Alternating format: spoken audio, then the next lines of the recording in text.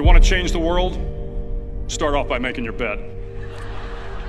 If you make your bed every morning, you will have accomplished the first task of the day.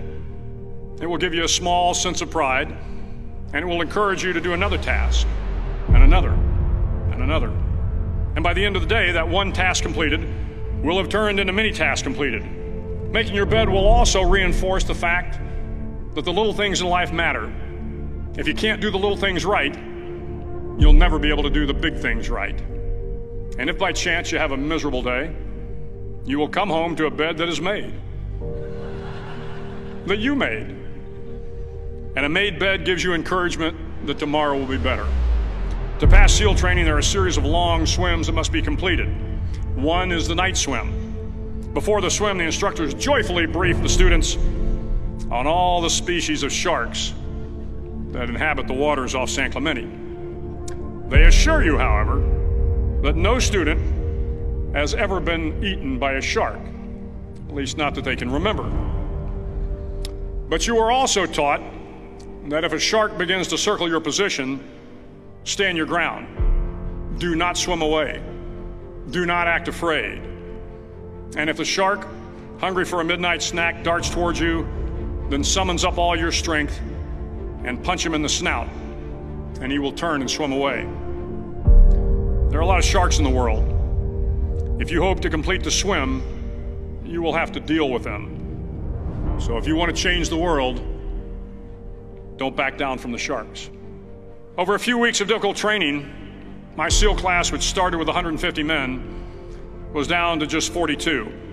There were now 6 boat crews of 7 men each. I was in the boat with the tall guys, but the best boat crew we had was made up of the little guys, the Munchkin crew, we called them. No one was over 5'5". The Munchkin boat crew had 1 American Indian, 1 African American, 1 Polish American, 1 Greek American, 1 Italian American, and 2 tough kids from the Midwest. They out-paddled, outran, and outswam all the other boat crews.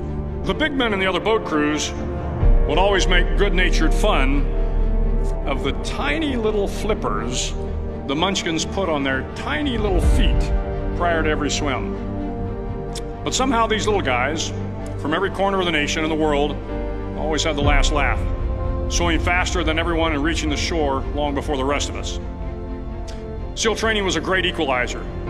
Nothing mattered but your will to succeed, not your color, not your ethnic background, not your education, not your social status. If you want to change the world, measure a person by the size of their heart, not by the size of their flippers. The 9th week of training is referred to as Hell Week. It is 6 days of no sleep, constant physical and mental harassment, and 1 special day at the Mud Flats.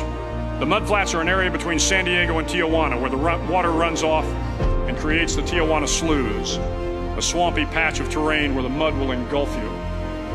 It is on Wednesday of Hell Week that you paddle down to the Mud Flats and spend the next 15 hours trying to survive this freezing cold, the howling wind, and the incessant pressure to quit from the instructors. As the sun began to set that Wednesday evening, my training class, having committed some egregious infraction of the rules, was ordered into the mud. The mud consumed each man till there was nothing visible but our heads. The instructors told us we could leave the mud if only 5 men would quit.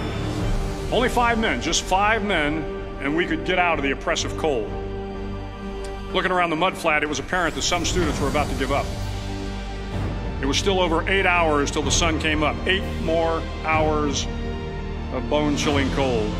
The chattering teeth and the shivering moans of the trainees were so loud, it was hard to hear anything. And then one voice began to echo through the night.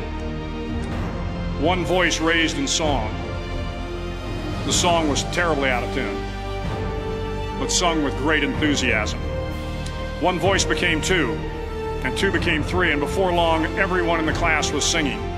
The instructors threatened us with more time in the mud if we kept up the singing, but the singing persisted, and somehow the mud seemed a little warmer, and the wind a little tamer, and the dawn not so far away. If I have learned anything in my time traveling the world, it is the power of hope. The power of one person, a Washington, a Lincoln, King, Mandela, and even a young girl from Pakistan, Malala. One person can change the world by giving people hope. So if you want to change the world, start each day with a task completed. Find someone to help you through life. Respect everyone. Know that life is not fair and that you will fail often. But if you take some risks, step up when the times are the toughest, face down the bullies, lift up the downtrodden, and never ever give up. If you do these things, the next generation and the generations that follow will live in a world far better than the one we have today.